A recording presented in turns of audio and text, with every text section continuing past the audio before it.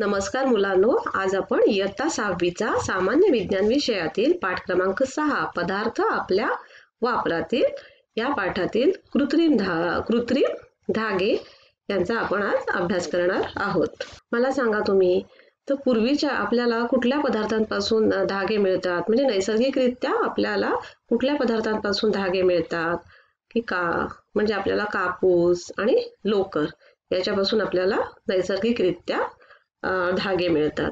परंतु आणि मग कपडे म्हणजे कापड कशाचे बनते, तर कापड हे धाग्यांनी बनते.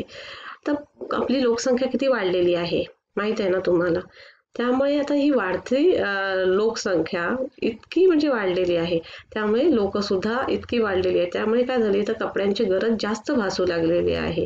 म्हणजे वाढत्या लोकसंख्येमुळे वस्त्रांची गरज जास्त भासू लागली. त्याच्यामुळे कृत्रिम धाग्यांची कल्पना आता म्हणजे कृत्रिम धागे बनवायची ही कल्पना सुचली. पण आणि ह्या कल्पना सुचल्यानंतर या क्षेत्रामध्ये खूप म्हणजे प्रगती झाली आणि नायलॉन, रेयॉन, टेरेलिन, ॲक्रेलिक असे कृत्रिम धागे निर्माण झाले. तर आपण आज या कृत्रिम धाग्यांची माहिती घेऊयात. आता पूर्वी जे नैसर्गिक धाग्यांपासून ज्या वस्तू बनायच्या त्या आज ह्या कृत्रिम धाग्यांपासून वस्तू बनवल्या जातात. तर कृत्रिम धागे कुठले, तर मी तुम्हाला बोललेच नायलॉन, रेयॉन, टेरेलिन. आता नायलॉन विषयी आपण माहिती घेऊया. नायलॉन हा कृत्रिम प्रकारचा धागा आहे. त्याचा नायलॉनचा शोध कुठे लागला, तर नायलॉनचा शोध न्यूयॉर्क व लंडन येथे एकाच वेळी लागला. त्यामुळे न्यूयॉर्क म्हणजे NY आणि लंडन LON ह्या आद्य अक्षरांना जुळवून नायलॉन हा शब्द वापरला जातो. आता नायलॉनचे धागे कसे असतात माहिती आहेत का, तर नायलॉनचे धागे चमकदार, मजबूत आणि पारदर्शी असतात आणि ते जलरोधी असतात. जलरोधी म्हणजे ते पाणी शोषून घेत नाहीत. आणि वस्त्र निर्मितीसाठी आपण नायलॉनचा वापर करतात. मासेमारीची जाळी म्हणजे मासेमारीला जाळी लागतात ना, मासे पकडण्यासाठी कोळी लोकांना जाळी लागतात. ह्या जाळ्या कशासाठी म्हणजे नायलॉनने बनतात. दोरखंड असतात वेगवेगळे, ते कशाने बनतात, तर नायलॉनने बनतात. रेयॉन, तर रेयॉन कसं बनतं ते आपण आता पाहूया. तर कापूस व लाकडाचा लगदा सोडियम हायड्रॉक्साईड रसायनामध्ये विरघळून एक द्रावण तयार केले जाते. म्हणजे सोडियम हायड्रॉक्साईड नावाचं एक रसायन असतं. मग त्याच्यामध्ये काय येतं, कापूस व लाकडाचा लगदा आणि सोडियम हायड्रॉक्साईड नावाचं रसायनामध्ये विरघळून एक द्रावण तयार केले जाते. आणि ह्या द्रावणापासून यंत्राच्या साहाय्याने हे धागे मिळतात. म्हणजे कुठले, रेयॉनचे धागे मिळवतात. आणि रेयॉनचे धागे कसे असतात, तर ते मजबूत असतात आणि ते चकाकी असते त्या धाग्यांना, म्हणून त्यांना कृत्रिम रेशीम असे म्हणतात. रेयॉनचे धागे असे खूप म्हणजे आपलं जे रेशीम असतं, खरोखरचं रेशीम कसं असतं आपलं, तर त्याला खूप चकाकी असते म्हणून, आणि तसंच चकाकी आणि मजबूती ह्या रेयॉनला सुद्धा असते, म्हणून मजबूती आणि चकाकी असते, म्हणून त्यांना कृत्रिम रेशीम असे म्हणतात. आणि त्यांना रेयॉनचा अर्थ काय, तर सूर्यकिरणासारखे चमकणारे. रेयॉनचा अर्थ काय, तर सूर्यकिरणासारखे चमकणारे. आता डेक्रॉन, टेरिलिन आणि टेरिनची निर्मिती कशी होते ते आपण पाहूया. कसे बनवतात ते आपण आता पाहूया. खनिज तेलापासून मिळणाऱ्या हायड्रोकार्बन घटकांचा बहुवार्षिक शृंखला करण्यासाठी वापर होतो. आता हायड्रोकार्बन म्हणजे काय, तर खनिज तेलापासून मिळणारा घटक, आणि बहुवार्षिक शृंखला म्हणजे काय, तर लहान घटकांची एकत्र अखंड साखळी, त्याला काय म्हणतात, बहुवार्षिक शृंखला. म्हणजेच काय, खनिज तेलापासून मिळणाऱ्या हायड्रोकार्बन घटकांचा बहुवार्षिक शृंखला करण्यासाठी वापर होतो. आणि अशा बहुवार्षिकेचे द्रावण बारीक छिद्र असलेल्या चाळणीतून दाबतात. तर ते द्रावण कशाच्या छिद्रातून दाबतात, तर बारीक छिद्र असलेल्या चाळणीतून दाबतात. आता ह्यातून तयार होणारे धागे थंड झाल्यावर त्याची एक अखंड आणि लांब तंतू बनतो आणि ह्या तंतूंना पीळ देऊन धागा बनवतात. काय करतो, तर ह्यातून तयार होणारे धागे थंड झाल्यावर त्याचे एक अखंड लांब असा एक तंतू बनतो आणि ह्या तंतूंना नंतर पीळ देऊन धागा बनवतात. आता अनेक रासायनिक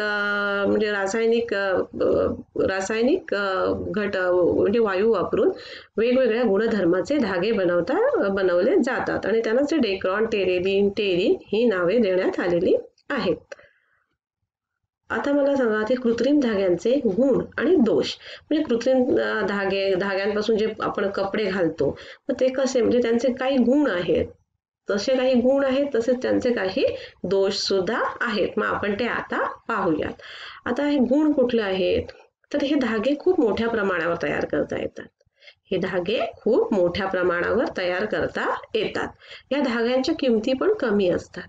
म्हणजे ह्याची किंमत या आपल्या नैसर्गिक धागे आपले जे असतात, जे लोकर आणि कापसापासून बनवलेले जे धागे असतात, त्याच्यापासून बनवणारे जे कपडे असतात, त्याच्या किमती ह्या जास्त असतात.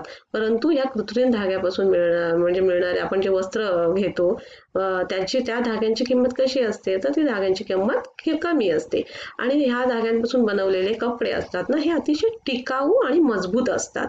ते आपण कितीतरी वेळा घातले तरी पण त्यांची चकाकी चमक काही कमी होत नाही.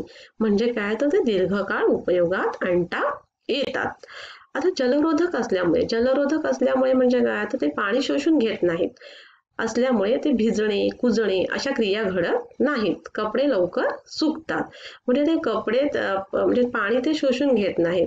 त्यामुळे आपण म्हणजे पाण्यामध्ये कितीतरी दिवस ठेवले किंवा तरी ते कुजत नाहीत, किंवा जास्त वेळ धुतले तरी पण ते काहीच, म्हणजे त्यांचा काही रंग जात नाही, काही होत नाही त्यांना, आणि ते कपडे लवकर सुकतात. मग असे कपडे आपण कधी वापरतो, तर ते कपडे वापरणे आपल्याला पावसाळ्यात सोयीस्कर असते. कारण पावसाळ्यात आपण कितीतरी वेळा आपण पावसाने भिजतो आणि मग आपले कपडे लवकर वाळत नाहीत. जे सुती कपडे असतात ते लवकर वाळत नाहीत, आणि मग हे असले कपडे लवकर वाळतात.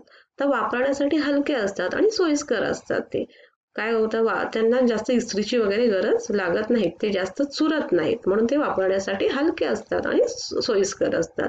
चकाकी चांगली असल्यामुळे व्यक्तिमत्व खुलण्यास मदत होते. म्हणजे त्यांना चमक चांगली असते, त्यामुळे आपण जर घातले तर आपण छान दिसतो असं. आणि ह्या धाग्यांपासून बनवलेल्या कपड्यांना सुरकुत्या पडत नाहीत, किंवा तसेच त्यावर ओरखडे पडत नाहीत, किंवा त्यांचे ते बॉल, माहिती आहे ना, आपण कॉटनचे कपडे घातल्यावर आपले बॉल निघतात, तसे ह्या कपड्यांपासून म्हणजे कपड्यांना सुरकुत्या पण पडत नाहीत, त्यामुळे इस्त्रीची गरज नाही लागत. तसेच त्यांच्यावर ओरखडे पडत नाहीत. म्हणजे हे गुण त्यांच्यामध्ये आहेत कृत्रिम धाग्यांमध्ये. तर दोष कोणते आहेत त्याच्यामध्ये, तर जलरोधी असल्यामुळे शरीराचा घाम शोषला जात नाही. म्हणजे काय, ते पाणी शोषून घेत नाहीत, त्यामुळे जेव्हा आपल्याला घाम येतो तो आपल्या शरीरावर तसाच राहतो, आणि मग त्याच्यामुळे आपल्याला त्वचेचे विकार म्हणजे होऊ शकतात त्याच्यामुळे, असे कपडे वापरल्यामुळे. या धाग्यांपासून बनलेले कपडे सतत वापरले तर त्वचा ओलसर राहून त्वचेचे विकार होण्याची शक्यता असते. म्हणजे काय, तर आपल्याला घाम येतो उन्हाळ्यामध्ये वगैरे खूप, आणि मग आपण जर उन्हाळ्यामध्ये आपण कॉटनचे कपडे घालतो, सुती कपडे घालतो, कारण का, म्हणजे घाम आलेला ते सुती कपडे घाम शोषून घेतात. पण हे कपडे जलरोधी असल्यामुळे हे कपडे पाणी आपलं, म्हणजे घाम आपल्या त्वचेवर तसाच राहतो, आणि मग आपल्याला त्वचेचे विकार होण्याची शक्यता असते. या धाग्यांचे कपडे विशेषतः उन्हाळ्यात वापरणे त्रासाचे असते, कारण आपल्याला उन्हाळ्यात खूप घाम येतो. हे धागे लवकर पेट घेणारे असतात. हे धागे कसे असतात, म्हणजे लवकर पेट घेणारे असतात. त्यामुळे ह्या धाग्यांपासून बनलेल्या कपड्यांनी पेट घेतला तर ते त्वचेला चिकटून बसतात आणि त्यापासून गंभीर स्वरूपाच्या जखमा होतात.